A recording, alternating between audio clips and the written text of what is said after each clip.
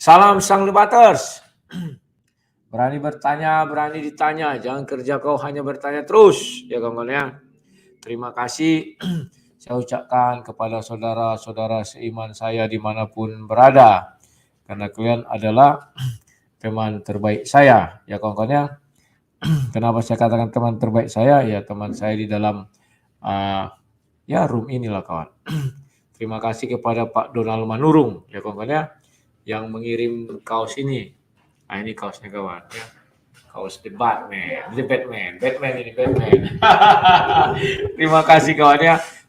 Beliau kirimnya 2, ada warna hitam, ada warna merah maron ini atau apa. Dan ada juga yang ngirim topi kawan. Cuman aku nggak tahu siapa tadi, lupa aku lihat namanya. Nanti aku lihat lagi lah. Ada topi dikirim juga. Topi Batman juga kawan. Belum saya pakai, adalah di atas, nanti besok lah saya pakai ya kawan-kawan ya. Nah kawan-kawan, malam ini saya ingin mengajak kalian dulu berbicara tentang ulasan debat kemarin. Ingat ya kawan-kawan ya, saya tidak mau membahas Paul Zhang lagi terbuka dengan Saifuddin Ibrahim dengan yang lain-lain. Kenapa? Karena ketegangan mereka kan sudah meruncing kawannya. Dan saya ada buat di apa namanya itu, di member, ada itu saya buat ulasannya. Dan ulasannya ini nanti kalau beberapa hari ke depan atau beberapa masa ke depan pasti akan terbukti. Tidak sulit melihatnya kawannya. Tetapi biarlah itu hanya tinggal di situ. Tujuannya apa? Agar mereka tentram yang ribut-ribut itu dan damai sentosa. Ya. Tetapi saya tetap pada pendirian saya bahwa Pak MKC ditangkap bukan karena menyebarkan firman Tuhan. Dan Paul Zhang sekarang sudah mulai menimpa-nimpakan kesalahan kepada saya. Dia bilang saya yang mengutak-atik atau yang mengungkit-ungkit keuangannya Saifuddin Ibrahim. Ya. Padahal jelas Saifuddin Ibrahim bilang Paul Zhang yang mengungkit dia. Dia minta laporan, dia minta ini. Dan yang memberitahukan kepada kita 400 juta itu uang kan Paul Zhang, bukan saya. Saya hanya mengutip apa yang diucapkannya di dalam Zoom dia. Dia sudah kalah malu, kadung malu kalah. Ternyata Paul Zhang itu bibir licin ya. Dia untuk menutupi kemaluannya yang mulai membesar itu, maka dia menyala-nyalakan saya dan mulai menyala-nyalakan pengacara, tetapi dia tidak berani sampai Saifuddin dengan Joshua Tewu, takut dia kawan. Sekarang dia ketakutan kok. Buktinya takut dia di strike, takut dia ini, tirulah sang debaters. Nggak takut di strike, selalu kawan. Jadi ingatlah, ini sudah cerminan. Setiap perkara kecil untuk setiap perkara besar. Ingat bagaimana kelakuan Paul Zhang waktu channelnya masih kecil, dia nggak takut apapun. Setelah channelnya besar, dia mulai ketakutan kalau kena strike, kena ini dan kena itu. Jadi percayalah kalau donasi kalian masih kecil, dia masih jujur-jujur saja. Begitu nanti besar, goodbye my friend, gitu ya. Kalian akan dia tinggalkan. Nah, di layar ini saya belum membahas, sudah ada yang mulai menggerutu-gerutu namanya Nabi Peyek. SD lu dari aliran bidat, gak cocok ngajar, gak cocok sebagai Kristen karena lu dari gereja suku, dibangun bandar tua ops katanya. Begini saja, kamu masuk, buktikan ucapanmu bahwa kau lebih hebat dari saya. Gitu kawan. Kalau saya simpel, daripada kau bicara-bicara gini kayak emak-emak kawan. Ya slow lah. Ya ini namanya dunia entertain ya. Kau menghina saya bisa, tetapi agar kau kelihatan garang, masuklah kau, buktikanlah ucapanmu ya. Nah, kawan-kawan jangan lupa menonton Mari Belajar Isi Alkitab ya. Karena di sana saya murni mengajarkan bagaimana belajar isi Alkitab itu. Tetapi di sini masih ada juga namanya mengajar dengan cara berdebat. Jadi sudah dua hal yang berbeda. Kawan-kawan, kemarin ada yang di Mari Belajar isi Alkitab itu, dia bilang begini, Bang, ternyata Hawa itu juga berdosa kok, jatuh ke dalam dosa katanya kan. Hebat memang Bible ini kawan. Saya buka dulu ya kawan-kawannya biar asik, kita bicara asik-asik saja ya. Itu apa yang sudah saya buat. Tunggu saya buka dulu dia 1 Timotius berapa dia katakan kemarinnya. Sabar ya kawan-kawannya.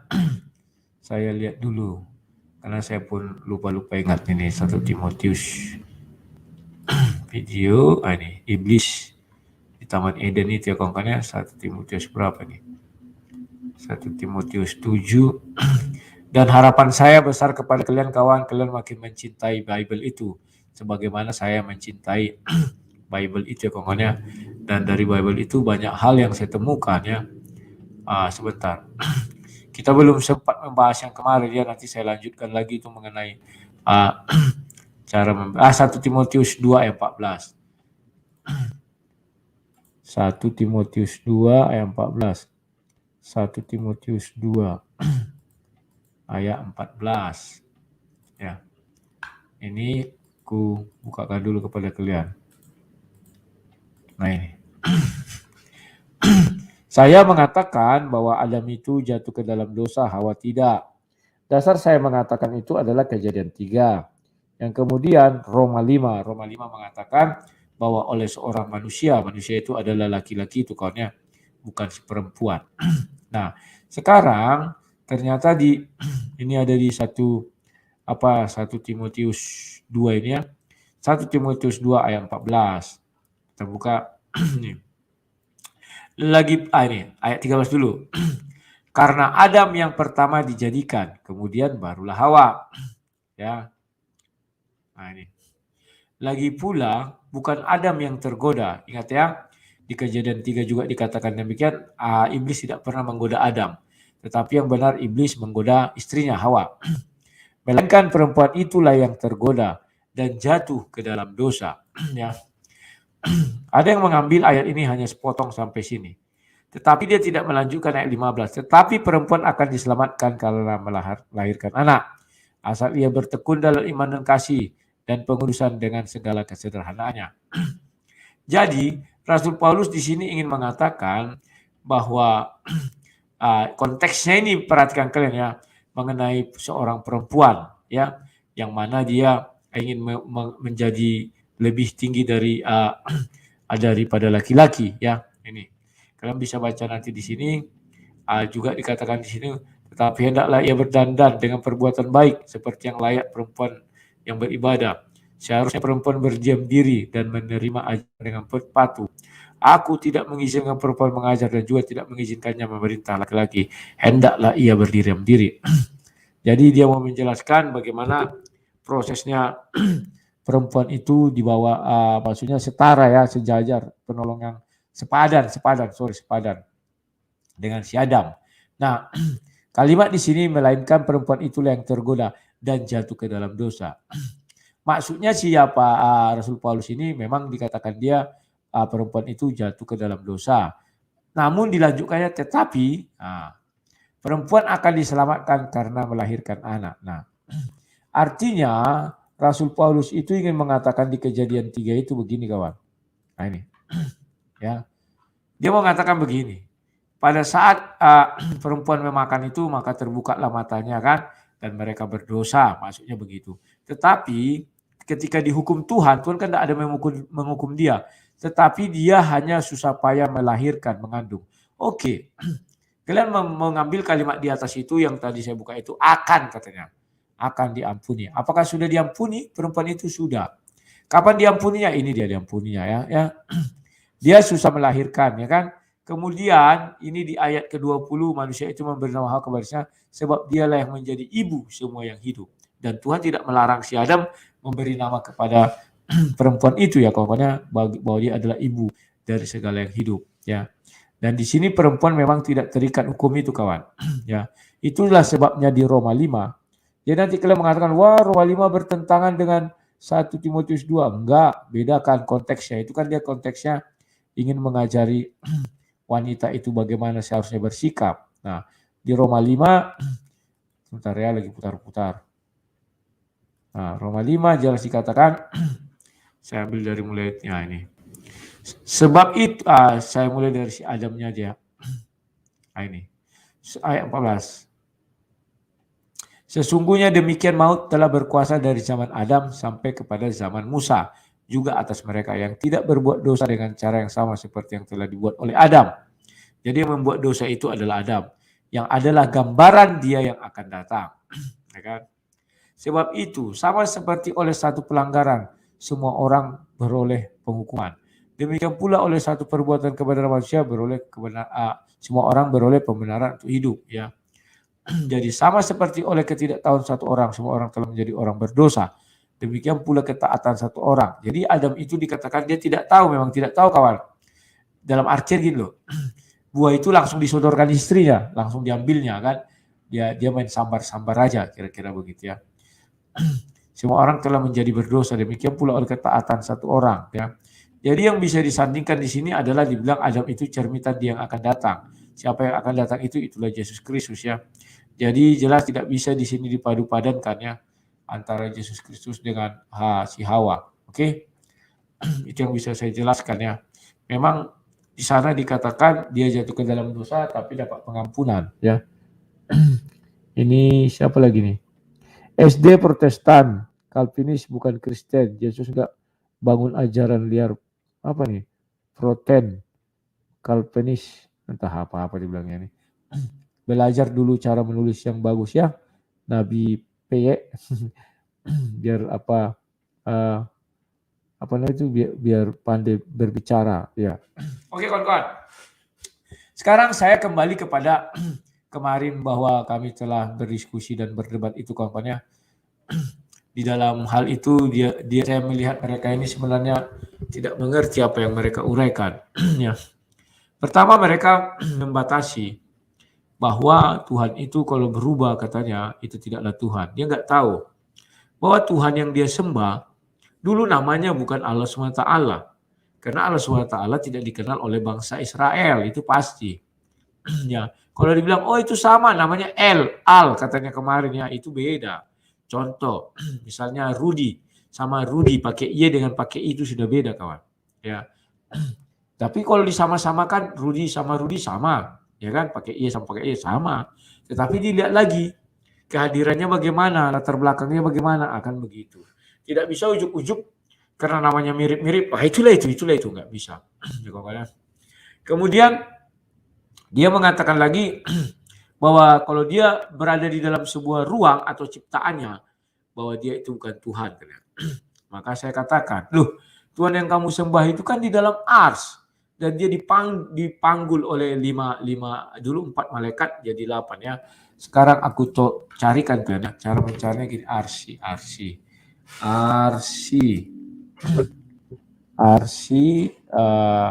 Wikipedia lah nanti muncul itu kawan. Ini Wikipedia bahasa Indonesia ya. Kenapa kita harus merujuk ke Wikipedia? Karena Umidi ini sukanya kan Wikipedia kawan. Arsi ini. Ya.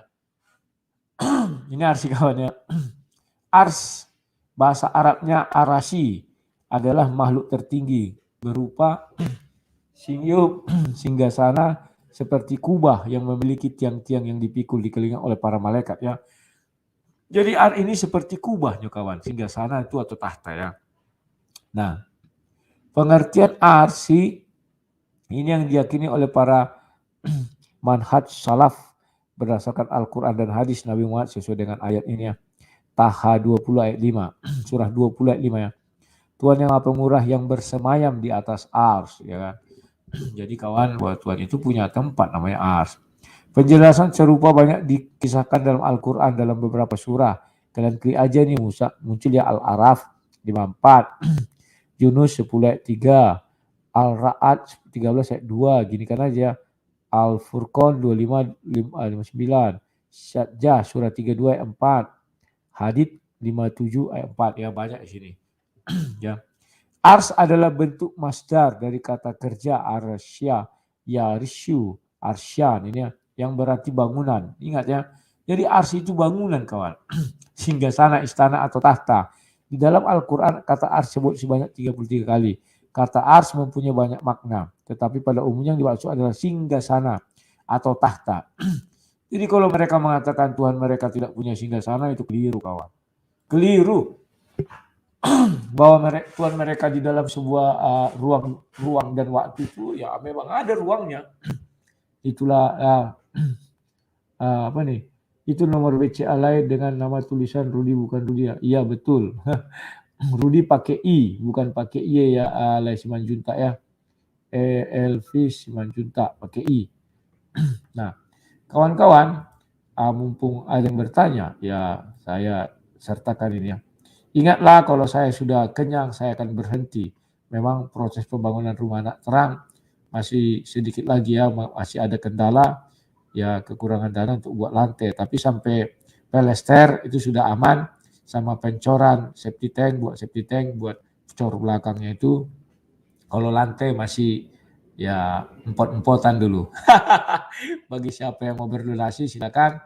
Dan percayalah kawan, saya tidak pernah lagi mencari subscriber dan viewers. Karena subscriber dan viewers saya sudah dihantam oleh petaka. Petaka apa? Petaka bahwa saya tidak ikut arus. Memang sebenarnya saya harus ikut arus untuk menjadi seorang yang sukses, menjadi penjilat, atau sukses dan hanya mencari uang saja, itu aku harus ikut arus. Ketika saya tidak ikut arus, ya itulah yang terjadi, orang menentang saya. Tapi tidak apa-apa. Sekarang saya sudah lepaskan itu, kenapa? Karena saya pikir mereka sudah bisa berpikir, ternyata belum bisa. Saya ingin sekali kawan, gatal ingin mengomentari, tapi saya tahan-tahan. Kenapa? Biarlah, sekarang yang kasihan Amin Wijaya. Amin Wijaya ditaruh di tengah, dijepit. Dia berteman sama Saipudin Ibrahim, dia berteman sama Paul Zhang, dan dia berteman juga sama Joshua Tewu. Nah, sementara orang ini sekarang mulai perang. Percayalah kawan, dari analisa yang saya dapat, Paul Zhang ingin mengkudeta Saipudin Ibrahim. Ya, dan itu benar adanya. Dan percayalah kawan, Paul Zhang sudah bermain balik-balik lidah. Dulu dia yang mengatakan harus lapor mengenai keuangan. Kita udah janji sekali seminggu ya. Sekarang dia bilang apa? Wah, tidak ada saya ungkit-ungkit itu katanya. Tidak ada. Ya. Dan dia dulu bilang kalau MKC mau berdamai kita stop ya. Dan dia main stop bantuan karena siapa? Karena Saipudin Ibrahim tidak beri laporan, tapi dia cuci tangan. Pilatus. Dia bilang tidak ada saya sebutkan itu. Pan video masih ada ya. Dan anehnya orang di dalam room dia itu suka kawan, suka dengan kebohongan, dengan dusta, dengan tipuan. Maka dari itu saya katakan, ya beginilah duniawi, saya tinggalkan ya. Dunia ku tinggalkan, kan? Ada lagunya itu kan.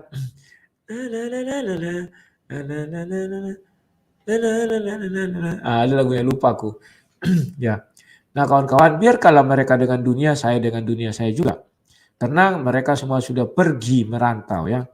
Mereka itu adalah anak bungsu yang pergi ke negeri orang. Jadi saya harus menjaga rumah bapak saya. Ya. Rumah bapak di sorga harus saya jaga. Dengan segala keterbatasannya kawan. Menjaga rumah itu memang gak enak. Tetapi harus saya lakukan kawan. Orang lebih suka pergi keluar daripada menjaga rumah bapaknya ya. Sudah biarkan saja. Oke kawan-kawan, sekarang saya ajak kalian mau diskusi. Halo Adela Hagu, silakan Adela Hagu, tancap gas. Apa mau dikomentari silakan beritahu saya. Silakan Ade. Selamat malam Bang Rudi. Malam. Selamat malam untuk kita semua. Saya terus menantikan dukungan. Saya terus menantikan kabar baik yang dari rumah anak terang ini Bang Rudi, dan saya selalu mendukung pekerjaan ini. Baik itu dalam doa, kalau juga ada berkat Tuhan pasti saya juga dukung untuk pekerjaan ini. Amin. Seperti misi kita Bang Rudi ya, kalau kita bisa bergandengan tangan, ayolah kita bergandengan tangan. Dan saya berharap sekarang ini lagi dibuat framing memang Bang Rudi tentang Kristuber yang sekarang saat ini lagi membentangkan sesuatu hal yang benar. Tapi ya itulah, teman-teman sebelah juga mereka udah mulai ada yang bilang 20% lah atau apalah. Itu sebenarnya mengurangi mood anak-anak Tuhan untuk belajar hal-hal yang baik dalam dunia per-youtuberan ini, sehingga apalah yang mereka dapatkan hal-hal yang baik itu mereka ambil dan mereka juga mendukung pekerjaan-pekerjaan yang kita lakukan di YouTube ini. Itu aja sih komentar saya dulu Bang Rudi, mungkin siap. Nanti ada yang terima lain. Kasih. Siap, terima kasih adalah Hagu ya kawan-kawan. Itu adalah Hagu yang pelayanannya di pedalaman kawan. Orang tidak tertarik untuk membantu pelayanan di pedalaman. Tidak tertarik, kawan. Orang tidak tertarik untuk membantu pendeta-pendeta di pedalaman. Tidak tertarik. Orang lebih tertarik membantu pendeta-pendeta di perkotaan yang sudah kaya, yang bisa menjual omong-omong kosong. Ya, itu. Lebih tertarik orang, kawan. Maaf ini. Kemarin banyak rahasia Saifuddin sudah saya dapat. Dia pernah dapat bantuan sampai miliaran waktu ya, mulai dari dalam sel sampai keluar, bahkan ini dan itu katanya. Ya, memang perutnya lapar, kawan, kena diabetes. Dan dia pernah kena tipu juga oleh sesama pendeta, ya itulah uang setan dimakan setan, ya. Dan sekarang juga dia sudah bermain, sekarang semua sudah di strike. Dia mau mencabut strike dengan 3 syarat. Yang pertama, yang mengambil videonya itu harus minta maaf, tertulis, kawan, ngeri. Yang kedua, mereka harus berjanji tidak membesar-besarkan masalah ini. Yang ketiga, mereka harus bayar sejumlah uang, royalti. Dan sudah ada beberapa yang membayar. Itulah saya katakan, buset kalian ini, buset, cengeng. Ya, tirulah sang debaters. Memang pertama dulu saya alami karena saya belum tahu per YouTubean ini. Dan waktu itu saya baru naik, ya baru keluar dari kesulitan, langsung di strike Luis Prasetyo. Dan saya katakan, wah ini sangat amat keterlaluan. Tetapi sekarang saya sudah tegar, kawannya. Dalam artian saya sudah paham. 3 kali kena strike itu baru mati. Ya kawan-kawannya. Dan ya sudahlah. Itulah yang terjadi. Tetapi kasihan saya melihat kawan-kawan saya yang Kristuber, ngaku Kristuber. Sekarang IKIM, Jenderal IKIM katanya. Itu dulu satu sekolahnya sama Paul Zhang. Juga sudah kelahi dengan Paul Zhang, kawan. Mereka memang masih teleponan, tapi sudah dingin-dinginan. Ya. Kalau dulu kan, ya silakan Jenderal IKIM katanya. Jadi tinggallah orang-orang goblok, tolol, dan bodoh di roomnya Paul Zhang itu, kawan. Ya, saya berani mengatakan itu memang tinggal orang bodoh, goblok, dan tolol. Mereka tidak bisa melihat kebenaran. Itu yang saya sesalkan. Sudah jelas-jelas apa yang di depan mata. Mereka mengikuti dari awal bahwa Paul Zhang lah yang menuntut Saifuddin Ibrahim harus membuat laporan tiap minggu. Dan karena laporannya tidak ada, maka donasi di stop katanya. Dan di sini Paul Zhang berbohong, kawan. Seolah-olah dia pernah mendonasikan kepada Saifuddin Ibrahim dalam kasus MKC. Ternyata faktanya mereka minta Paul Zhang mengirim bukti transfer. Tidak bisa tunjukkan Paul Zhang, kawan. Dia menghina pengacara Simanjuntak itu ya. Dia bilang dia sudah memberi uang 400 juta segala macam, sekarang ditantang Simanjuntak. Apabila Paul Zhang bisa membuktikan 1 rupiah dihargai 100 juta. Ya, saya pikir Paul Zhang sampai kiamat tidak bisa membuktikan. Dan dia cuci tangan lagi Paul Zhang, kawan. Oh, saya nggak ada bilang gitu. Dia berteleponan orang itu. Padahal jelas-jelas dia bilang, kata pengacara itu ya. Oke lah kawan-kawan, kita lupakan saja itu karena itu masalah dunia. Masalah dunia ini pelik, kawan ya. Siapa masuk di dalamnya harus ikut arus. Karena orang tolol itu banyak, orang cerdas itu sedikit. Orang tolol itu banyak, kan ingat kalian grafik piramida ya tentang pendidikan di Indonesia.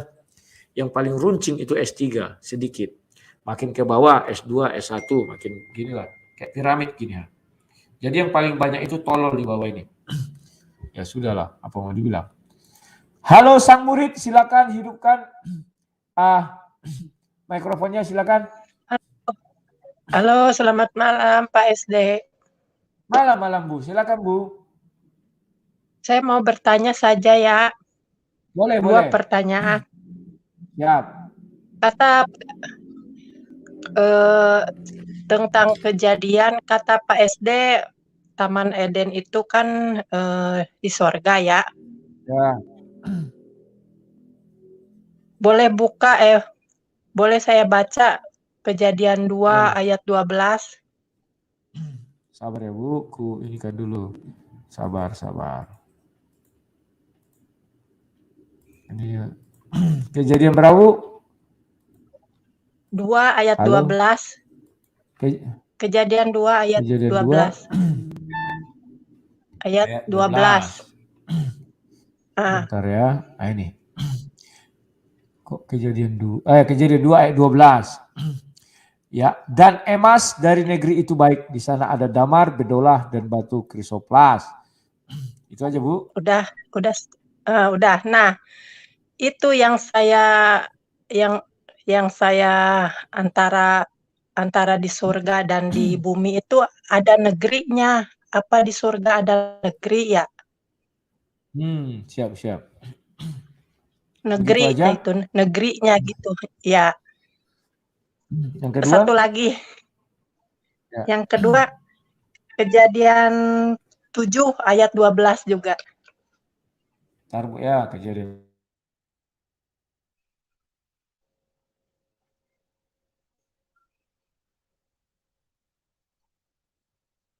Nah, itu kejadian 7 ayat 12. Dan turunlah hujan lebat meliputi bumi 40 hari 40 malam lamanya. Ya apa Bu? Nah, berarti di langit itu banyak air ya. Saya sampai memikirkannya itu air dari mana datangnya gitu. Maksudnya air itu kok Oh. sebanyak itu di langit gitu. Udah itu aja, terima kasih. Oke, terima kasih Bu ya. Oke, sama-sama.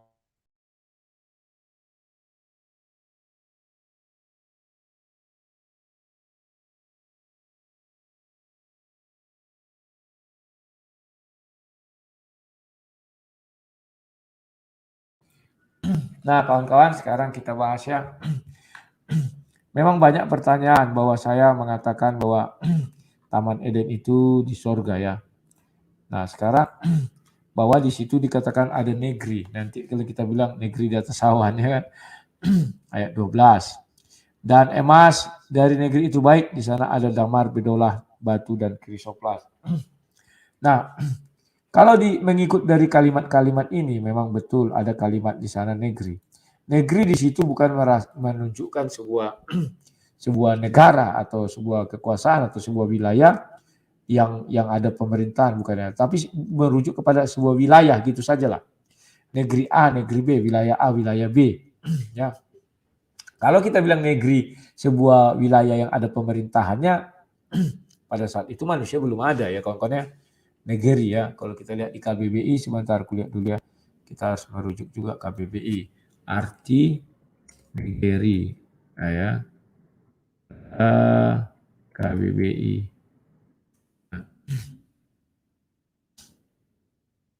Nah, ini ntar aku lihat dulu ya. Negeri itu tanah tempat tinggal satu bangsa. Kampung halaman tempat kelahiran. Negara, pemerintahan, lawan kata swasta ya. Ya. Jadi di sini tanah tempat tinggal satu bangsa bisa juga ya banyak. Jadi negeri yang dimaksud di sana itu pemerintahan kan belum ada, bangsa belum ada. Jadi lebih kepada wilayah ya. Nah, kemudian kalau kita kaji-kaji, orang mengatakan negeri ini, oh ini ada di Iran, kan begitu. Ya cari aja fakta sejarah. Apakah di Iran itu ada emas yang terbaik, ada damar, ada bedolah, ada krisoplas. Apakah di sana ada nama sungai yang ada Gihon? Ya, kan sungainya ada Pison, Gihon. Kalau Efrat dan Tigris ya ada. Tetapi Gihon dan Pison itu tidak ada ya. Jadi, nah itulah kawan-kawan. Lantas kok ada di dunia nama itu? Ya itu kan sah-sah saja. Nama itu kan kalian tidak tahu kapan dibuat manusia. Pertama, bisa jadi setelah kitab suci ada, orang membaca, oh ada Pison dan Gihon, kita namakanlah ini Pison dan Gihon. Karena ini adalah sungai dari surga. Selesai. Jawabannya masuk akal, Ya, masuk logika. Katakanlah misalnya tahun 1000 sebelum Masehi, atau udahlah zamannya Musa. Ya, atau zaman sebelum Musa, kan orang udah bisa memberi nama itu. Yang kedua, bahwa si Adam waktu di surga, dia kan ditunjukkan nama-nama dia berada di lingkungan itu, tentu dia tahu nama-nama itu. Maka ketika dia sampai di bumi, dilihatnya ada sungai, diberinya nama itu. Tetapi dia tidak memberi nama dua, Pison dan Gihon. Contoh, saya dari Danau Toba. Ya, saya lihat, wah ini danau, namanya Danau Toba. Tiba-tiba saya pergi merantau dari Danau Toba ke sebuah daerah. Ternyata di daerah itu saya lihat juga ada kayak gitu danau, kecil. Saya beri nama itu Danau Toba, kawan. Kan bisa kan? Tak ada masalah ya. Paham ya? Terus yang kedua, tadi di mana ya kejadian? Ntar ya, kejadian 7 tadi kalau nggak salah ya, ayat 12. Dikatakan Dan turunlah hujan lebat meliputi bumi 40 hari 40 malam. Wah, kok di langit itu banyak sekali air. Ya memang di langit banyak air ya. Tetapi di dalam hal ini juga dikatakan bukan hanya dari apa namanya itu ya, dari langit saja itu ada air, tetapi dari tingkat ini ya. Pada waktu umur 600 tahun pada bulan yang kedua pada hari yang ke-17 bulan itu, pada hari itu terbelahlah segala mata air ya. Jadi segala mata air yang ada di bumi ini terbelah, terbuka, dan terbukalah tingkap-tingkap langit ya, turunlah hujan ya. Mengenai itu, kan kita sudah ngerti proses apa itu ya namanya kimia fisika ya. Dia dari air menguap naik ke langit, dari langit nanti kan berkumpul. Bayangkan betapa luasnya samudera raya di dunia ini. Naik dia semua, dan itu tiba-tiba turun dia gitu kan, banyak airnya kan gitu kawan. Ya begitulah yang bisa saya jelaskan. Tetapi saya berharap kemarin banyak, dulu kan sempat sini banyak ibu-ibu ya, oma-oma bertanya jawab. Sekarang makin sedikit, aku heran kemana oma-oma ini semua. Saya pikir mereka lebih suka jadinya menonton ya omong-omong kosong, omong-omong duniawi ya. Karena kalau ibu-ibu sebaiknya bicara firman Tuhan lah, itu paling asik kawan ya. Kenapa saya katakan paling asik? Sebab dengan bicara firman Tuhan, hati kita itu jadi asik gitu loh, slow kawan ya. Nah, jadi kita lanjutkan lagi para begoders. Halo para begoders, silakan. Ya, malam Bang. Malam. Halo. Halo. Bang, iya. Malam Bang. Hmm. Bang, coba buka Kejadian 3 ayat 15 Bang.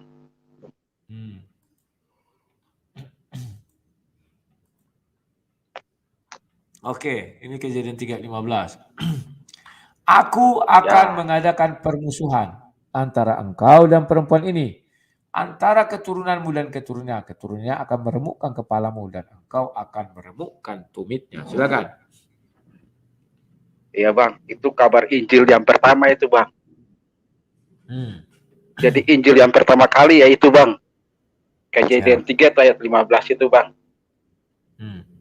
Menurut kalau dari Katolik itu, menurut mereka itu yang dikatakan oleh Santo Irenaeus Bang. Santo Irenaeus ini bapak-bapak gereja Bang. Ya. Muridnya Polikarpus punya murid dari Rasul Yohanes Bang. Jadi itu turun temurun itu Bang. Jadi garisnya itu pas itu Bang. Nggak bisa dibantah oleh siapapun itu Bang. Soalnya keturunan garis dari para rasul langsung itu Bang. Terus mengenai Maria itu Bang ya. Kalau Maria itu kata Abang bilang reinkarnasi dari Hawa, ya saya percaya Bunda Maria itu ya kayak orang-orang Katolik percaya bahwa dia itu terangkat ke surga ya Bang ya. Ya. Ya mungkin itu ada benarnya juga Bang. Soalnya kan itu kan kita belum belajar semua ya Bang ya. Sebenarnya saya senang kalau Abang ada dialog sama orang-orang dari Katolik gitu Bang, untuk membuka wawasan kita sebagai orang Kristen itu Bang. Siap. Biar kita itu lebih belajar banyak Bang. Siap. Begitu aja. Terus mengenai ada yang tadi singgung Abang mengenai gereja suku itu Bang. Ya, dia belum tahu itu Bang. Kalau gereja suku itu gereja udah berdiri sama-sama dengan berdirinya Indonesia Bang. Jadi kita itu punya tradisi yang kuat untuk Indonesia Bang. Dan kebanyakan kita anak-anak dari gereja suku itu cinta kepada NKRI Bang. Bukan seperti mereka Bang. Lihat golongannya Paul Sang itu Bang. Mereka tuh Kristen yang nggak cinta kepada Indonesia Bang. Kita gereja suku tetap NKRI harga mati Bang. Itu aja Bang. Terima kasih Bang. Siap. Oke. Terima kasih para begolers. Wah, para artinya banyak. Ya kawan-kawannya. Ini mana kok nggak muncul? Ini. Kawan-kawan, kalau kalian tanya apakah saya juga tidak mengambil ajaran Katolik, saya ngambil. Tetapi memang sengaja saya tidak mengambil kepada literasi di luar kitab suci. Tujuannya apa? Saya menghindari yang namanya perpecahan. Karena kalau saya ambil di luar literasi dari kitab suci Bible itu, orang-orang Kristen Protestan pasti nggak terima. Tetapi itulah fakta sejarah yang dipegang oleh Katolik karena mereka lah pemilik sejarah ini kawan. Ya, mereka mula-mula sudah harus kita akui itu. Tidak bisa kita bilang, wah tidak, tidak bisa ya. Nah, jadi maka daripada untuk menjaga itu, aku ambil yang dari Bible saja. Bukan saya tidak baca juga sejarah dan sudah aku bilang, saya sudah pernah baca buku tua yang dari Roma itu, ditunjukkan kawan-kawan. Dan di situ dikatakan Simsalabim itu yang mendirikannya ya dari Katolik Roma itu kawan. Itulah antitesisnya daripada Kristen itu sendiri. Makanya kalian harus punya pergaulan luas ya.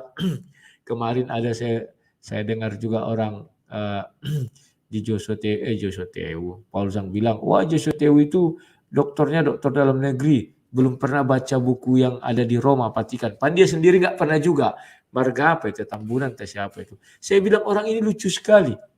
Dia mengkritisi Joshua tak pernah baca, dan dia sendiri akui, saya juga nggak pernah ke sana. Padahal dia tinggal di luar negeri di Amerika Serikat. Ya, berarti lebih berbahagia aku dong. Aku sudah pernah baca itu.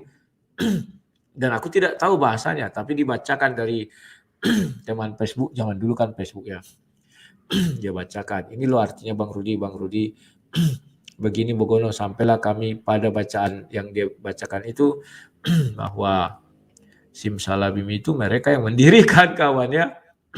Ya sebagai antitesis saja. Itulah dibilang. Tapi kita nggak tahu kebenarannya karena kita kan aku juga belum pernah ke sana, hanya ya ditunjukin aku baca. Aku nggak tahu bahasanya kan lain lah, tetapi diartikan sama beliau-beliau itu ya. Jadi mungkin aku kalau tanya apakah tahu ajaran Katolik, sedikit aku bilang, nggak pernah aku bilang banyak kawan.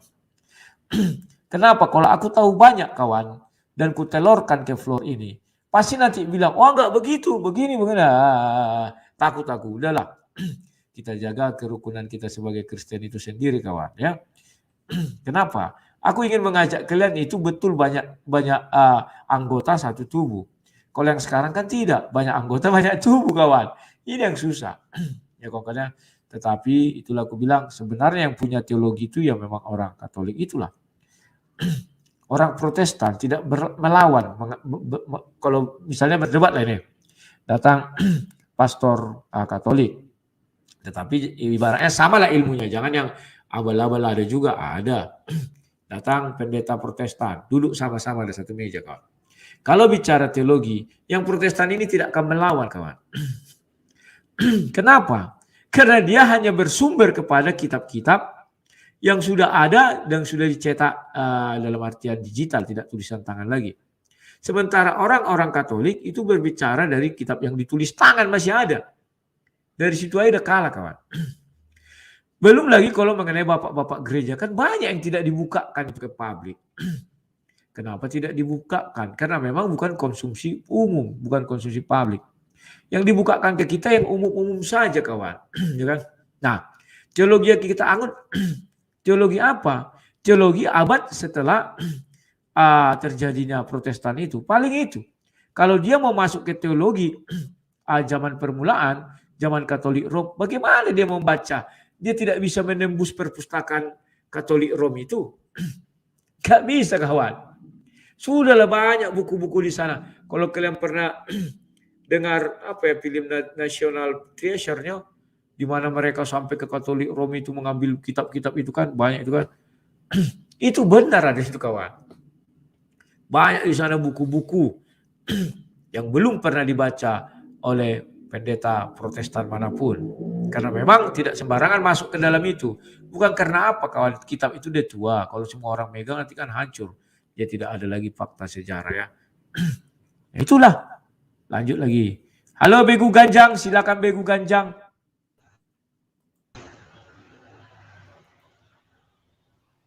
Begu. Halo malam Bang. Malam, silakan. Oke, ya. Silakan Begu.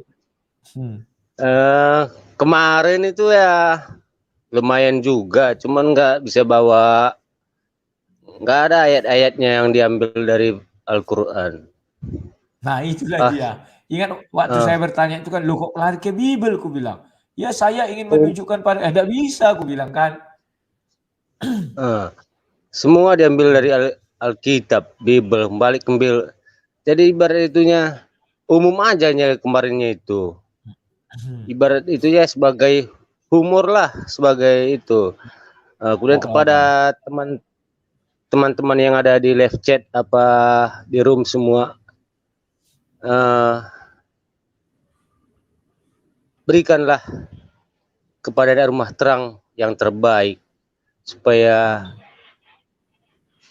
Bapa di surga selalu memuliakan kita semua. Itu aja Bang ya. Terima kasih Bang. Selamat malam. Terima kasih Bego Ganjang atas dukungannya kawan-kawan. Ya, memang harus begitu kawan. Kita harus saling tolong menolong, menopang ya. Kalau orang Batak bilang masih tukul-tukulan ya, atau apa sungon suhat di rubeo nih gitu kan.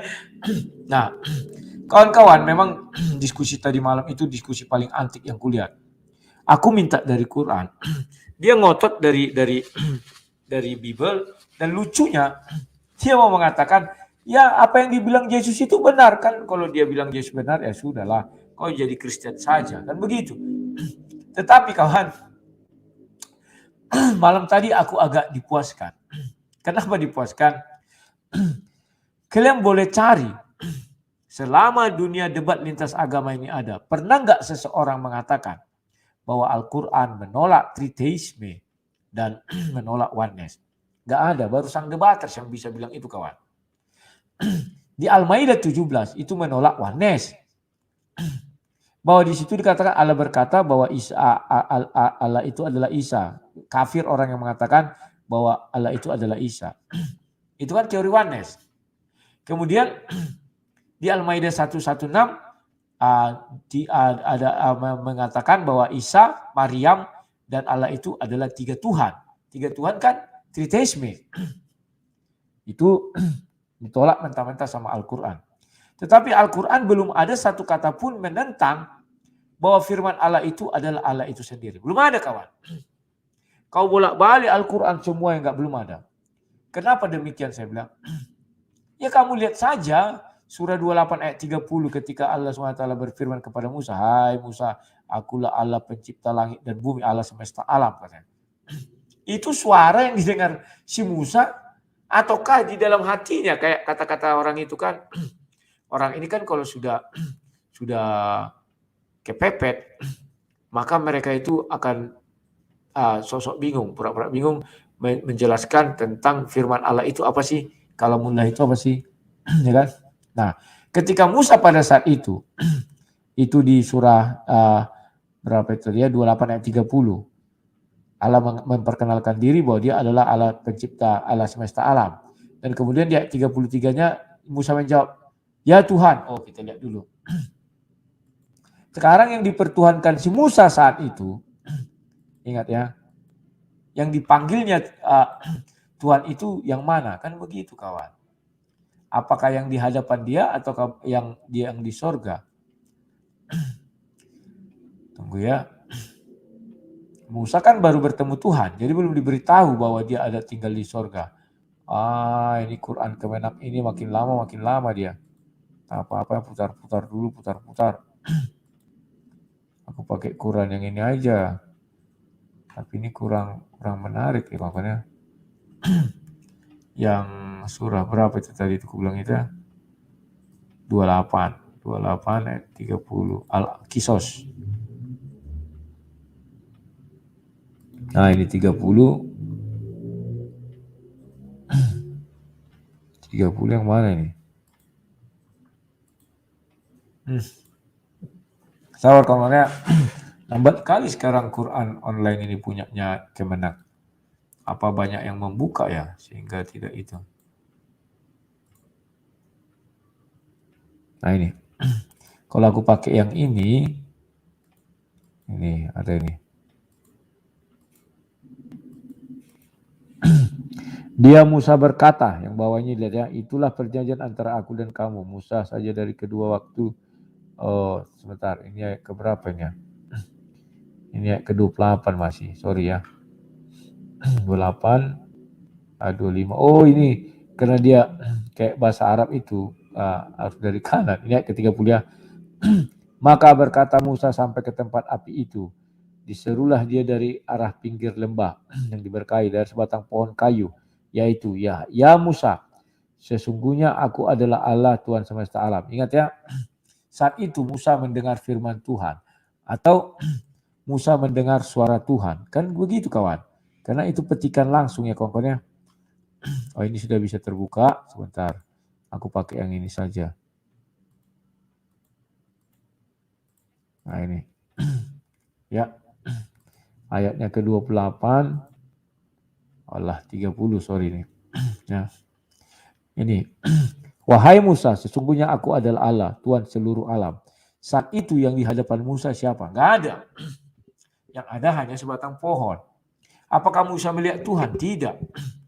Tetapi apa yang didengar Musa? Suara. Kan demikian.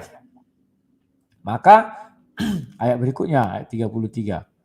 Dia Musa berkata, ya Tuhanku. Nah ini. Sekarang, kepada siapa Musa berkata ya Tuhanku? Kita tahu bahwa Bapa itu di Ars, Allah SWT itu di Ars, karena sudah zaman Nabi Muhammad diberitahulah bahwa Allah SWT bertahta di Ars. Kan demikian. Kalau zaman Musa, di mana Allah itu bertahta? Kita nggak pernah tahu. Karena kita nggak pernah baca Tauratnya Allah SWT itu. Injil pun nggak pernah kita baca. Jadi kita nggak tahu di mana Allah itu bertahta. Paham maksud saya? Oke. Sekarang, di sini jelas sekali Musa menjawab ya. Ayat 33. Ya Tuhanku, sungguh aku telah membunuh seorang dari golongan mereka sehingga aku takut mereka akan membunuhku. Jadi yang dibilang si Musa ini, ya Tuhanku itu apa? Ya kalau kalian mengatakan karena dia berhadapan dengan pohon, ya tak mungkin lah. Meskipun dikatakan dari sebatang pohon di situ ya, saya pun sering meminta kawan-kawan muslim menjawab, menjelaskan, tidak mau orang, tidak bisa kawan, tidak berani. Dan Musa kan belum pernah bertemu Tuhan. Itu untuk pertama sekalinya dia bertemu Tuhan.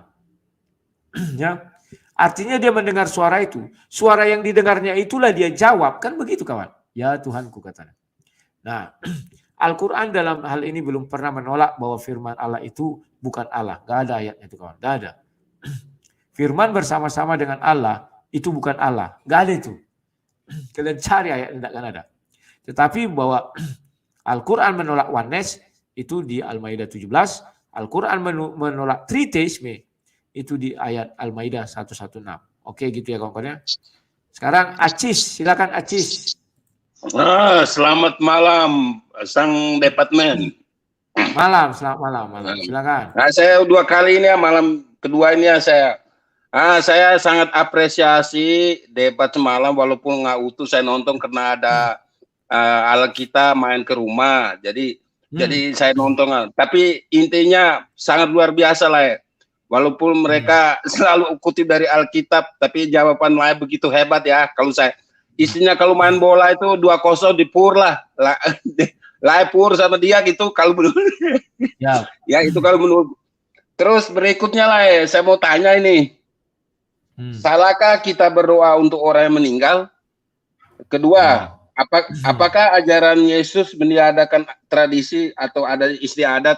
Walaupun pertanyaan saya ini kurang masuk deh, tapi ini menjadi pertanyaan saya juga lah ya. Terima kasih. Ya. Oke, terima kasih ya, Aziz. Ya, kawan-kawan, apakah salah mendoakan orang yang meninggal? Oke, aku bukakan kalian sekarang kembali ke Bible. Itu saya bawa kalian kepada Yohanes dulu. Yohanes 11. Ini Yohanes 11. Kok nggak muncul? Bentar ya. Nah ini Yohanes 11. Yohanes 11 ini adalah kisah di mana Lazarus sudah mati, ya kan? Kemudian orang-orang di sana melakukan yang namanya, tunggu ya, bentar ya. Ini ayat 31. Ketika orang-orang Yahudi yang bersama-sama dengan Maria di rumah itu untuk menghiburnya, melihat bahwa Maria segera bangkit dan pergi keluar, mereka mengikutinya karena menyangka bahwa ia pergi ke kubur untuk meratap di situ. Ingat ya, bahwa si Lazarus sudah 4 hari, 4 malam dia mati kawan. Nah, apa yang dilakukan oleh Maria? Dia berharap Yesus datang kawan. Artinya ada pengharapan. Dan dia meminta orang untuk pergi menemui Yesus. Ya kan? Selama 44 hari dia berharap. Apa yang dilakukan oleh orang-orang di situ menghibur. Bedakan hiburan zaman dahulu orang Yahudi dengan hiburan orang Batak. Kalau orang Batak hiburannya manortor dia kawan. Jadi orang sudah mati kan, joget-joget dia putar ke kiri ya, tak apa-apa. Kalau orang Yahudi hiburannya adalah mereka itu membaca kitab suci kawan. Itulah sebabnya mereka dibilang membaca Taurat dan merenungkannya siang dan malam. Itu hiburan orang itu kawan. Bukan jadi hiburannya dangdutan atau apa, enggak. Di kematian orangnya itu hiburannya.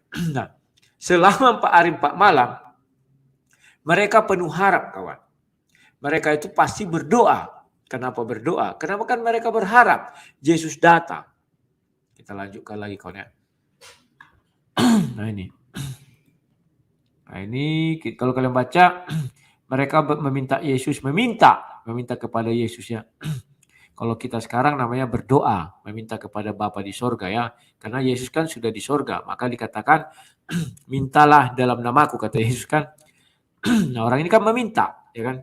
Setiba Maria tempat Yesus dan melihat dia, tersungkur dia di depan kakinya dan berkata, ingat ya, bahwa kita sekarang pun manusia sekarang bisa melakukan ini.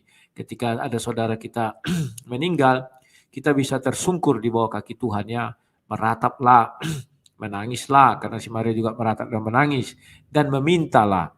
Kenapa? Yang dilakukan Maria di sini adalah meminta, Tuhan, sekiranya Engkau ada di sini, saudaraku pasti tidak akan mati. Ingat kalimat dikata di sana adalah pasti. Ketika Yesus melihat Maria menangis dan juga orang-orang Yahudi yang datang bersama dia, maka maksyullah hatinya, ia sangat terharu dan berkata, di manakah dia kamu baringkan? Jawab mereka, Tuhan, marilah lihatlah. Ya. Jadi kawan-kawan, apakah kita boleh menangisi orang yang sudah meninggal? Bisa. Apakah kita bisa menangisi orang yang sudah dikubur? Bisa. Apakah kita bisa meminta kepada Tuhan, tersungkur di bawah kaki Tuhan terhadap orang yang sudah meninggal? Bisa. Yohanes 11 ini mengajarkan kepada kita hal itu kawan. Ya. Bisa. Bisa dan bisa. Apa yang kita mintakan kepada, sekarang kan Yesus di surga. Yesus bilang apa? Mintalah dalam namaku. Apa yang kita mintakan? Sama seperti Maria. Dia tidak meminta banyak-banyak supaya Lazarus dibangunkan kembali, dihidupkan. Maka kita pun bisa memintakan supaya Yesus nanti di hari akhir ya membangunkan saudara kita yang mati ini atau bersama-sama hidup bersama-sama dengan Yesus. Kita hanya meminta. Yang memberi keputusan itu Yesus kawan. Kita nggak bisa beri keputusan. Memintalah minta. Loh, bukankah dia seorang penjahat sang debater? Dia membunuh banyak orang, dia berzina, dia berini segala macam kau sebutkan. Ya, dia melakukan itu semua. Tetapi apakah keadilanmu yang turun kepada dia atau keadilan Yesus Kristus yang turun kepada dia? Yang turun kepada dia adalah keadilan Yesus Kristus. Bukan keadilanmu. Jadi jangan pernah kau mengata-ngatai hal itu. Wah itu pasti ke neraka, pasti ini gitu. Kau hanya bisa mengatakan ke neraka atau ke surga atas dirimu sendiri. Contohnya seperti saya. Ketika ditanya orang, sang debaters, kalau kau mati nanti, kau masuk surga apa neraka? Kalau aku ditanya, selalu aku bilang aku ke neraka. Karena itu hal paling minimal kawan. Minimal itu, kalau maksimal kan ke surga. Maka dia protes. Wah tidak sang debaters. Apa gunanya Yesus mati untukmu? Nah ini kawan, pertanyaan-pertanyaan seperti ini kan aneh, unik-unik. Maka saya jawab, tadi kau kan bertanya menurut saya, ya kan? Kalau menurut Yesus, saya masuk ke surga nantinya, saya bisa apa? Sebagai ciptaan saya harus tunduk, patuh dan taat. Disuruh ke surga, ya ke surga. Nanti kamu jangan cemburu loh. Mana bisa kita menentukan kita ke surga atau ke neraka? Karena tidak ada satu ayat di dalam Bible pun yang mengatakan masing-masing individu bisa menentukan ke surga atau ke neraka. Enggak ada itu kawan. Kasih karunia Yesus dibilang yang menentukan kita ke surga atau ke neraka. Paham ya? Sudah paham? Nah itu pertanyaan dia tadi. Apakah kita bisa mendoakan orang mati sampai berapa lama? Kalau ayat ini menjelaskan adalah sampai hari keempat. Nah, kita lihat ya. Hebat Bible ini kawan. Tunggu ya, ini. Kata Yesus, angkat batu itu Marta. Kata Yesus, angkat batu itu. Marta, saudara orang yang meninggal itu berkata kepadanya, Tuhan, ia sudah berbau, mengerikannya. Sebab sudah 4 hari ia mati, kawan. Lazarus sudah 4 hari mati. Ini aku cerita sedikit kesaksian. Aku ini pernah menghadiri kematian seorang suaminya kawan kami. Dan tak kenapa kawan-kawan menunjuk aku membuat kata. Kan kalau orang Batak gitu datang kita kan mau berkata Josian dengan sakarejo. Dengan sakarejo ke salah satu kerja. Membuat kata dari teman-teman gitu. Aku buat kata. Ayat inilah yang kubilangkan. Iya kawan. Di dalam perjalanan saya mencari kerajaan Tuhan, kita bisa berpedoman. Kita bisa merujuk kepada Yohanes 11, di mana di situ tentang Lazarus yang sudah mati, saya bilang. Selama 4 hari 4 malam, laksanakan. Manfaatkan waktu ini supaya kalian sama seperti si Maria. Supaya kalian sama seperti si Marta, atau supaya kalian sama seperti keluarga Lazarus, meminta mengharapkan Yesus datang. Tetapi dalam hal ini bukan kalian mengharapkan Yesus datang hadir depan kalian, tidak. Yesus datang hadir di tengah-tengah kalian. Karena di tengah-tengah kita memang ada Yesus, itulah Roh Kudus itu. Setelah itu, berlakulah kalian seperti Maria, tersungkur di hadapan Yesus. Tersungkur. Tapi sang debaters Yesus kan tidak hadir. Iya, tersungkur kau, dia kan maha hadir. Meskipun dia di sorga, dia ada sejauh doa, katakan dekatnya kali. Dia ada di hatimu, Roh Kudus, tersungkur. Dan mintakan tanpa henti, tanpa putus selama 4 hari 4 malam. Supaya orang yang ditinggalkan itu memperoleh tempat kehidupan di masa yang akan datang. Artinya tempat di sorga kalau hidup, kawan. Paham ya? Dibangkitkan bersama Yesus. Yesus membangkitkan. Paham ya? Nah, ini hebatnya Bible, kawan. Kalau kalian berada terus di channel ini, iman kalian, makanan rohani kalian terpenuhi.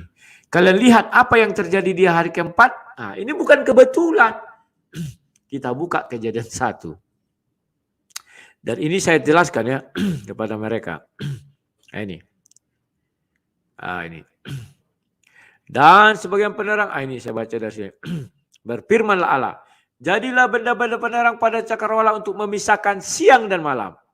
Biarlah benda-benda penerang itu menjadi tanda-tanda yang menunjukkan masa-masa yang tetap dan hari-hari dan tahun-tahun. Dan sebagai penerang pada cakrawala, biarlah benda-benda itu menerangi bumi. Dan jadilah demikian. Maka Allah menjadikan kedua benda penerang yang besar itu, yakni yang lebih besar untuk menguasai siang dan yang lebih kecil untuk menguasai malam. Dan menjadikan juga bintang-bintang. Allah menaruh semuanya itu di cakrawala untuk menerangi bumi. Dan untuk menguasai siang dan malam. Dan untuk, nah ini kalimat terakhir. Dan untuk memisahkan terang dari gelap. Allah melihat bahwa semuanya itu baik. Jadilah petang, jadilah pagi. Itulah hari keempat. Mengapa? Hari keempat Yesus datang kepada Lazarus. Karena pada hari keempat itulah dipisahkan terang dengan gelap. Kalau Lazarus itu anak gelap, dia tinggal di kegelapan, mati. Karena Lazarus anak terang, maka Yesus memerintahkan, keluar kau Lazarus. Enak bicara Bible itu, kawan, sama sang debater. Tapi sekali lagi saya bilang, setiap yang berbicara Bible itu, kawan, pasti viewersnya menurun, tidak laku. Orang lebih suka bicara gontok-gontokan, bicara hoax, bicara ngerumpi-ngerumpi, bicara ini dan itu. Tidak suka mendengar firman Tuhan. Hanya di channel Sang Debater setelah saya bersyukur, setiap live ada 600, 700 orang menonton, kadang 1000 ya. Itu firman Tuhan, kawan. Tidak sedikit pun aku ibaratnya membumbu-bumbui dengan apa sana, kecuali tadi ada yang mancing-mancing ya. Kawan-kawan, kalian boleh tidak percaya apa yang kubilang dan kalian menentang, silakan. Sekali lagi selalu saya katakan kepada kalian, tentanglah saya masuk ke room ini dan kalian bisa berdiskusi dengan saya. Jangan kalian tentang saya di apa namanya? kolom komentar. Tidak berguna kawan. Karena saya kadang terlewat. Ini kan banyak ini kawan. Nah, ada 120 orang yang buat komentar. Tidak tahu saya. Pas saya buka sudah tentang koran. Koran apa nih? Koran Tempo, koran apa? Ada Takeber lagi nih. Entah siapa-siapa orang ini. Ya itu orang-orang itulah. Saya nggak tahu ya kan. Jadi kawan-kawan, doakanlah orang yang meninggal. Tersungkurlah kau di kaki Yesus 4 hari. Itu kata Alkitab, bukan kata saya. Kalau ada orang membilang, apalagi saksi Jehovah, selalu mengatakan tidak boleh mendoakan orang mati. Karena orang mati itu tidak bisa mendengar doa kita. Maksudnya sudah hilang. Ingat, kisah Lazarus sudah mati. Tetapi saudara-saudaranya 4 hari 4 malam bertekun dalam doa. Bertekun dalam permohonan kepada Yesus. Bertekun tersungkur di kaki Yesus. Hasilnya apa? Hari keempat lah Tuhan memisahkan terang dengan gelap. Itu bukan kebetulan kawan. Itulah khotbah. Saya ucapkan ketika di pemakaman saudara-saudara suami dari teman saya. Mereka semua tercengang-cengang kawan. Heran-heran orang itu. Ini pengajaran dari mana ini katanya. Ya kan? Yang karismatik kan, yang agak fanatik kan ada situ kan. Mana bisa mendoakan orang yang sudah mati. Yang Protestan, yang AKBP gitu-gitu. Oh benar ya, bisa kan. Yang lain kan begitu kawan. Tetapi ketika saya bilang, hari keempat itu bukan kebetulan. Karena Yesus adalah Tuhan. Tuhan tahu, Yesus yang menciptakan, yang memisahkan terang dengan gelap. Kan dibilang ke Yohanes 1 ayat 3. Segala sesuatu diciptakan oleh dia. Dia itu siapa? Yesus. Yesus itu siapa? Firman Tuhan. Hari keempat dipisahkanlah terang dengan gelap. Jadi bukan kebetulan itu kawan. Tidak ada yang kebetulan. Sudah Tuhan itu maha tahu kawan. Dan di dalam perjalanannya muncullah namanya tradisi. Ada mendoakan hari ke-30, baru ke 100, 365 dan ke 1000. Itu tradisi. Ya. Nah, selepas itu orang berdoa untuk orang yang sudah meninggal. Kan itu tradisi kawan. Nah, apa yang mereka doakan? Nah, itu namanya saya bilang tradisi. Tetapi kalau Alkitab mengatakan doakan 4 hari. Sama ketika Yesus di dalam perut bumi 3 hari 3 malam kawan. Datanglah murid-murid ke sana pada hari yang ketiga. Dilihatnya dia sudah bangkit. Ya kawan. Karena Yesus memang tidak mati kawan. Karena kalau Yesus bangkit nanti hari keempat. Pertama, nubuatan Yunus sudah meleset. Yang kedua, hari keempat itulah saat dimana terang dengan gelap itu dipisahkan. Jadi kalau sampai Yesus bangkit hari kelima, Yesus akan selamanya di dalam gelap. Cantik main kawan. Karena batasnya hari keempat, terang dan gelap itu dipisahkan kawan. Paham ya? Kalau sampai Yesus di dalam perut bumi itu lewat hari keempat, ya sudah. Yesus akan menjadi penghuni alam kubur itu selamanya. Itulah hebatnya Bible kawan. Dibuatnya urutan-urutan. Hari ketiga sesuai nubuatan Yunus. Ya. Nah, sekarang pertanyaan kedua. Apakah kita bisa menaruh atau menjalankan adat istiadat itu? Ya. Kita tidak dilarang Yesus menjalankan adat istiadat, tidak. Bahkan Yesus mengatakan, apabila kau diundang ke dalam sebuah pesta, kau disuruh berpakaian, artinya berpakaian adat. Dan kau datang tidak menuruti apa keinginan tuan rumah, maka kau akan dibuang, diusir kan. Adat istiadat itu bisa. Lantas yang tidak bisa itu apa? Alkitab mengatakan yang pertama. Ayat itu ada kan ketika murid-murid tidak melakukan adat istiadat Yahudi, yakni makan langsung dialtuk itu ditelan, dimakan gini, tidak cuci tangan.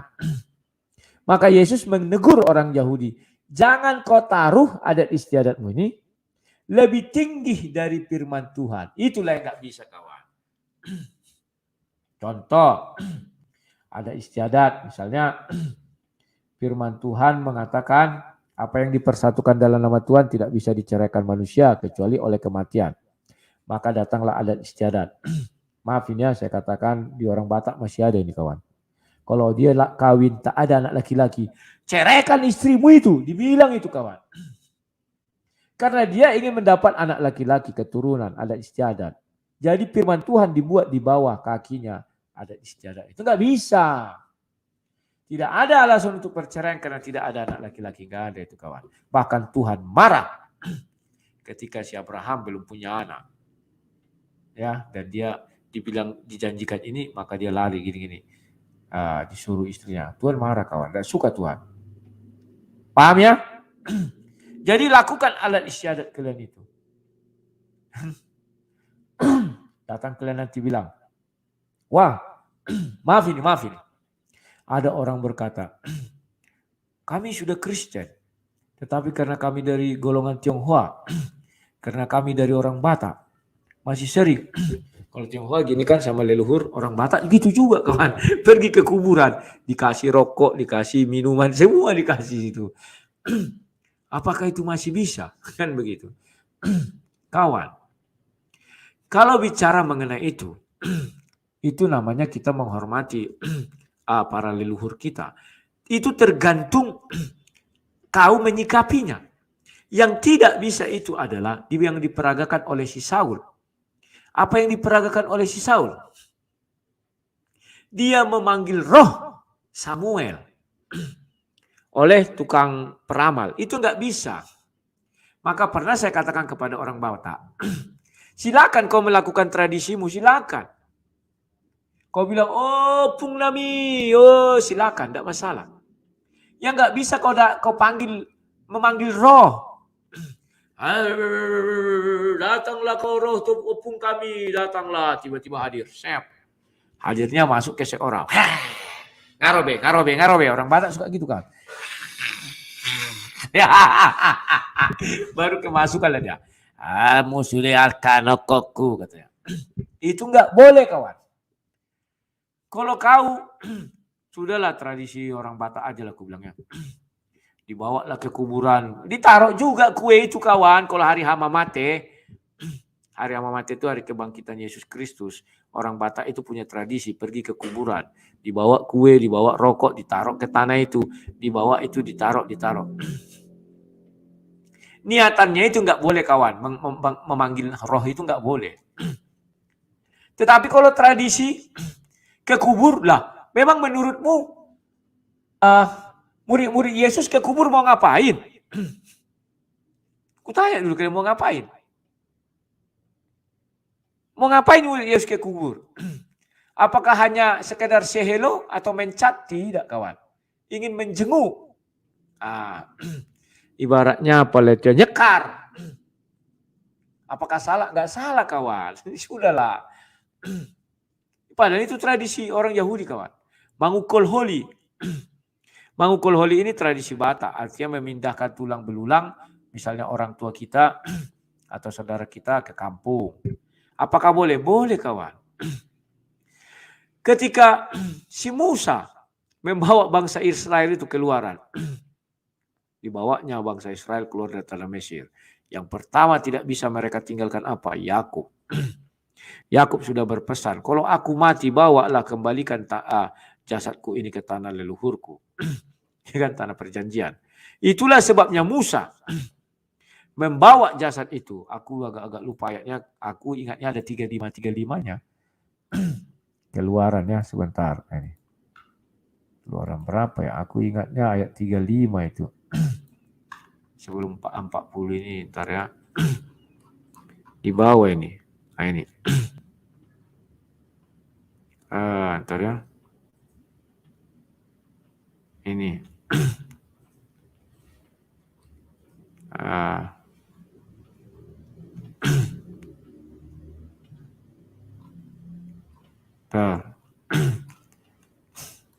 Saya udah lupa juga ya, nanti lihat sajalah.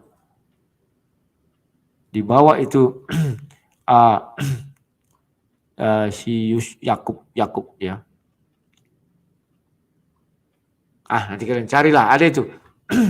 Jadi dibawalah itu jasadnya Yakub digendong mereka, terus Yakub sebelum mati kan meninggalkan menitipkan pesan itu. Jadi bisa ya kawan-kawan ya. Tetapi ingat, yang tidak bisa kalian taruh adat itu lebih tinggi dari firman Tuhan. Itu nggak bisa kawan. Nggak bisa. Ya. Wah, yang nggak bisa lagi apa? Memanggil roh. Saul dipanggilnya roh. Melalui peramal dipanggilnya roh Samuel. Datang. Tapi Tuhan marah kawan. Nggak suka Tuhan. Jadi kita itu tidak boleh membuat Tuhan marah, itu aja intinya. MH, silakan MH. Halo. Selamat malam, debaters. Selamat malam. Malam, silakan.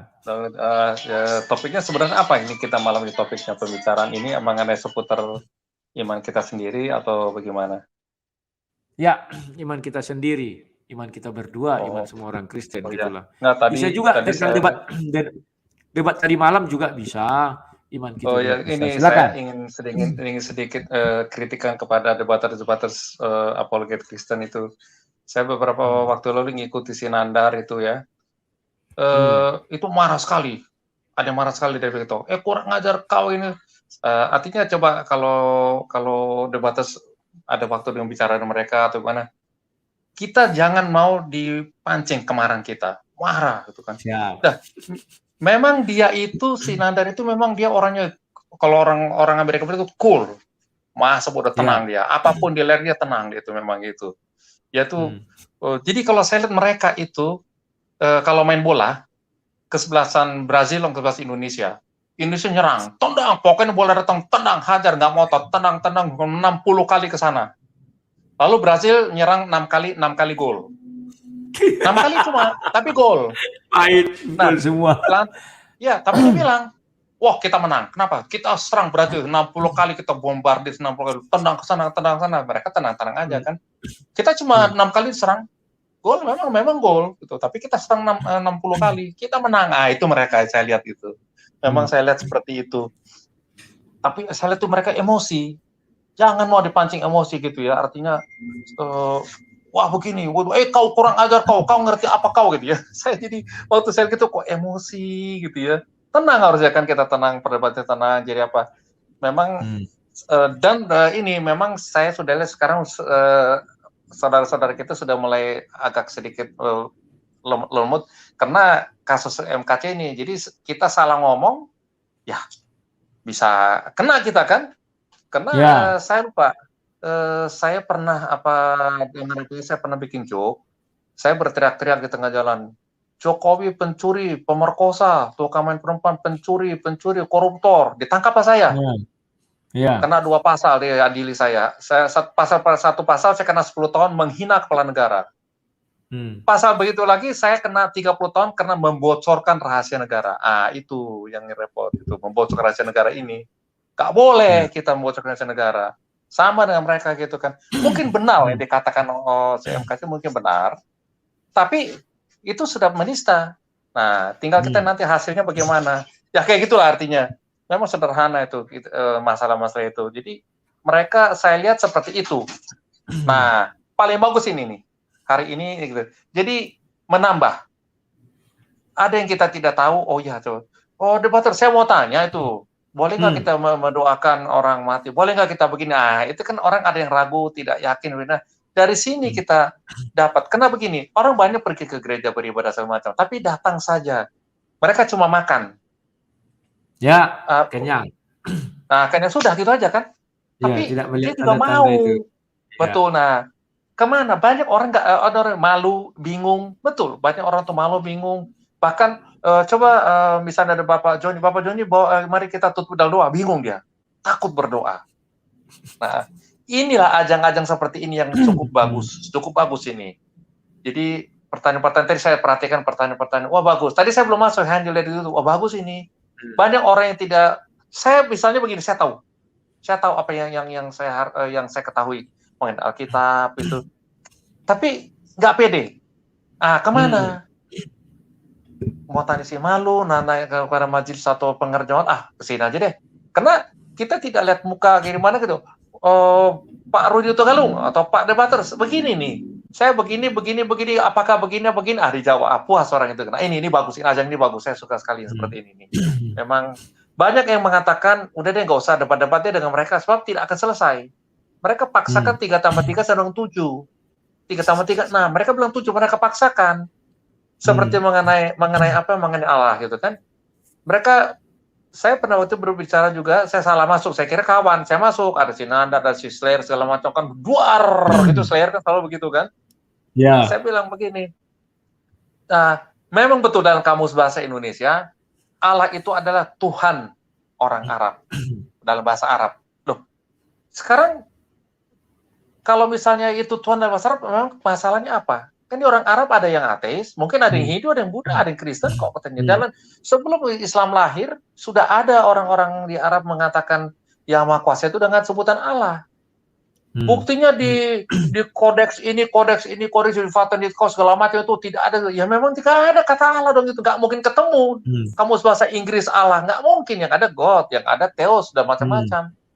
Nah, tetapi dalam bahasa Arab ada orang Arab yang belum Islam. Lalu kita ngadopsi itu menjadi ke bahasa Indonesia. Seperti contoh, steker. Itu bahasa Indonesia, padahal bahasa Belanda steker itu untuk mati hidupkan lampu kan, switch on off itu steker. Kalau gitu nggak boleh dong kita sebut steker di bahasa Belanda kok itu. Stop kontak, terus saklar. Steker tusuknya, steker itu saklar yang mati hidup, terus stop kontak yang kita tancapin itu nanti di situ, terus stop kontak. Nggak boleh dong kita bilang itu. Itu bahasa apa itu? Sepatu itu bahasa Portugis, bendera bahasa Portugis, kemeja bahasa Portugis. Nggak boleh dong. Nah, di sini yang jadi persoalan sekarang. Nah, tapi mereka nggak mau tahu. Nah, ada yang menggelitik ya. Indonesia bukan orang Arab, Malaysia bukan orang Arab. Ada berapa lagi? Tapi ini yang paling getol memaksa tidak boleh buat Arab. Orang Mesir, orang Arabnya, orang Qatar, Saudi, Emirat lainnya nggak ada persoalan tuh orang Indonesia nyebut Allah ya. Aneh ya. Oke, saya cuma itu saja. Mungkin nanti debatnya bisa sampai kepada mereka, kita jangan mau dipancing emosi, kita debat tapi kita slow, tenang aja slow gitu, kita tunggu apa yang mereka ada ini, kita serang, tunggu apa serang, jangan belum apa-apa udah serang, jangan dikeroyok, orang sedang bicara dikeroyok, satu-satu mas pelan-pelan gitu. Oke, gitu aja. Oke, terima kasih kesempatan diberikan ini. Terima kasih MH, yuk sama-sama. Apa yang disampaikan MH itu kemarin tidak sengaja saya lihat di Pak Bombom. Sampai Pak Bombom marah.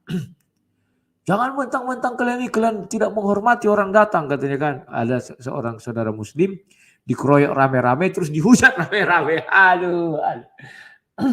Sebenarnya setali 3 uang. Pendebat muslim maupun pendebat Kristen. Yang membuat itu semua bagaimana? Karena mereka rame-rame dalam satu room. Kalau saya masih tetap konsisten satu-satu saya naikin. Karena sehingga orang lain tidak saya beri kesempatan untuk menghujat tamu yang datang. Kalaupun menghujat, saya sendiri yang menghujat. Kalau mereka kan enggak. Dinaikkan 10, tetap muncul 10. Satu tamu datang, 9 menghujat yang satu. Inilah yang dipertontonkan mereka ini. Membuat orang seperti nanti ucapan Mahatma Gandhi. Saya suka Kristusmu, tapi saya tidak suka Kristenmu. Kita bisa apa? Kan sama dengan kita cerminkan gitu Kristen kawan. Kalau mereka itu wajar. Namanya juga simsalabim. Bangga jadi orang tolol, bangga jadi orang goblok itu adalah satu anugerah. Wajar mereka kawan. Kalau kita itu tidak wajar.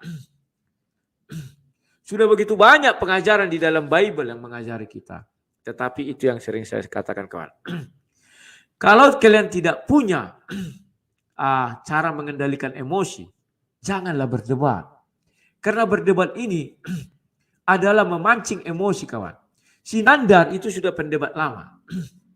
Mukanya saja kalian lihat, mau emosi kalian. Belum lagi kalian dengar dia bersuara. Mukanya saja kalian lihat, mau muntah kalian mau marah. Itulah hebatnya kawan. Dikirim orang gambar si Nandar untuk apa namanya itu ya? Gambar-gambar stiker itu. Untuk WA kan. Setiap ada orang menghujat saya kirim itu kawan. Kemasukan setan semua kawan. Ya, gambar teh kalian. Ada yang menghujat aku. Si Romanson Purba. Baru si anak tangga.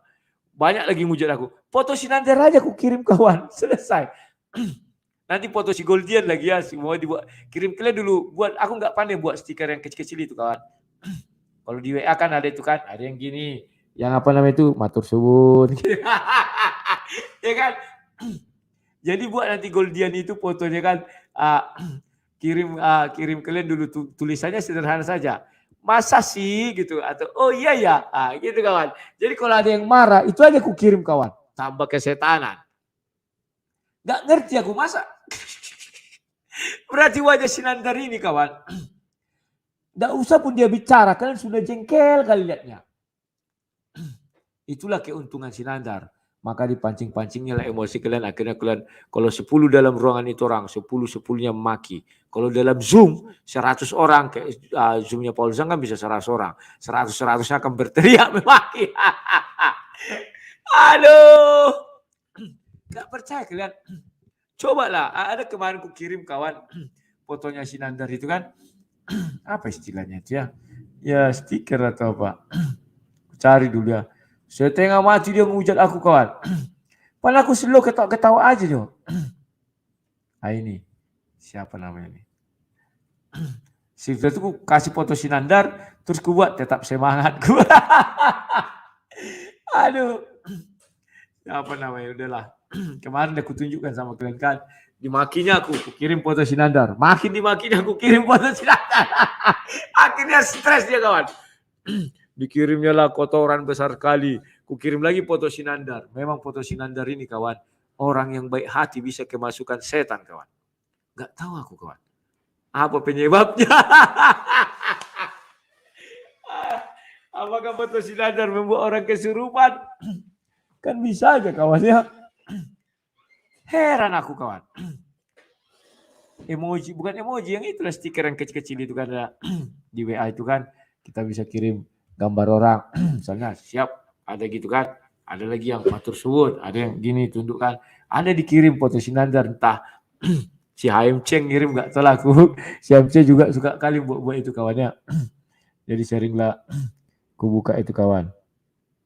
Nah, kawan sekarang di luaran sana sudah mulai panas ini dah, si Paul Zhang buat pernyataan tentang lawyernya dan lawyernya buat pernyataan juga, ini sudah digiring-giring ya biasalah sih bisa lari Pak. Baru dikirim siapa aku si Trunin Slayer dua ya.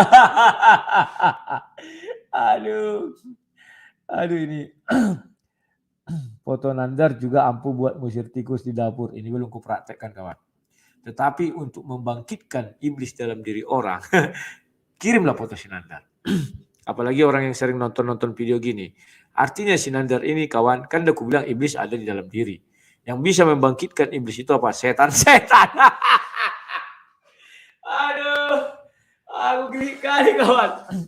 Setingkat setan-setan lah foto Sinandar ini. Coba kalau nggak percaya kalian ya, kayak mana cara aku membagikannya. Udah ada aku bagi-bagikan di WA itu.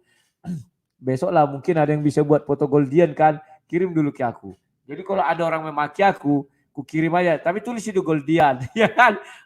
Baru di sudutnya, masa sih, misalnya gitu ya. Aduh, stres kali kawan. Wah, ada yang minta iklan ini. Iklan dulu bang, wajah Goldian. Aduh, jangan dulu karena ini apa namanya itu ya kawan-kawannya, permintaan. Aduh. Pokoknya Sinandar itulah kalian lihat. Lucu kali kawan. Setiap orang marah sama aku nggak balas kawan. Ngapain aku balas kemarahan dengan kemarahan? Ya. Cukup aku kirim aja foto Sinandar. Stres orang itu kawan. Ini mana nih kok belum.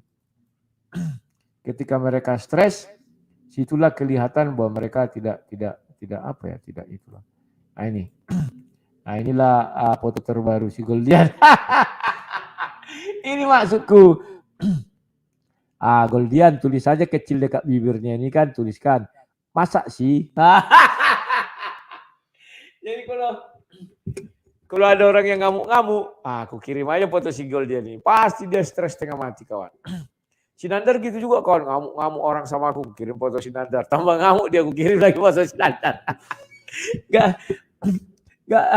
Gak kuat aku melihat kawan itu pasti bisa-bisa darah tinggi kawan. Bisa-bisa kena stroke dia. Aduh. Berarti si Nandar ini sebangsa setan-setan juga kawan. Yang bisa membangkitkan iblis dalam diri seseorang ya. Ya kawan-kawan ya. Nah kawan-kawan. Berhubung waktu kita sudah 1,5 jam. Standar saya sekarang jam 9 ini dulu kawannya. Saya mau buat saya ini disiplin dulu tidur. Jadi biar tambah sehat ya, karena ya mulai ada perubahan lah. Kawan-kawan saya cukupkan dulu sekian, dan bagi siapa saja yang mau berdonasi untuk Rumah Anak Terang silakan. Kalian boleh membenci saya, tetapi kalian jangan membenci hal-hal yang baik. Karena sejahat-jahatnya manusia pasti memiliki sisi baiknya. Ya kawan-kawan ya, itu yang bisa saya sampaikan. Sekian dan terima kasih, selamat malam. Salam sang debater, sampai jumpa.